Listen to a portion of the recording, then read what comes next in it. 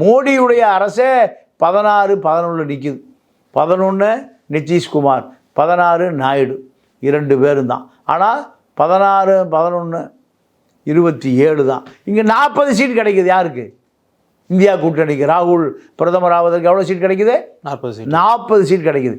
அப்போது இந்த 40 சீட் என்பது சாதாரணமான நாற்காலி அல்ல. இல்லை, காங்கிரஸ் என்பது பாஜக எதிர்ப்பு வாக்கு வங்கி காங்கிரஸ் தக்க வச்சிருக்கு. முஸ்லீம் வாக்கு வங்கி, கிறித்துவ வாக்கு வங்கி, தலித்து வாக்கு வங்கி, இதெல்லாம் பிஜேபியை எதிர்க்கிற வாக்கு வங்கி பூரா காங்கிரஸுக்கு வருவதற்கு வாய்ப்பு இருக்குது. அகில இந்திய அளவில் இந்த வாக்கு வங்கி தனக்கு கிடைக்கும். ஏன்னா திமுகவிலிருந்து உடைச்சி எடுக்கணும். காங்கிரஸை உடைச்சி எடுத்தால் திமுக பலவீனப்படும் என்பது விஜய்க்கு கணக்கு. இந்த கணக்கில் தான் இவர்கள் காங்கிரஸ் தன்னோடு வந்துடும் எதிர்பார்க்குறாங்க.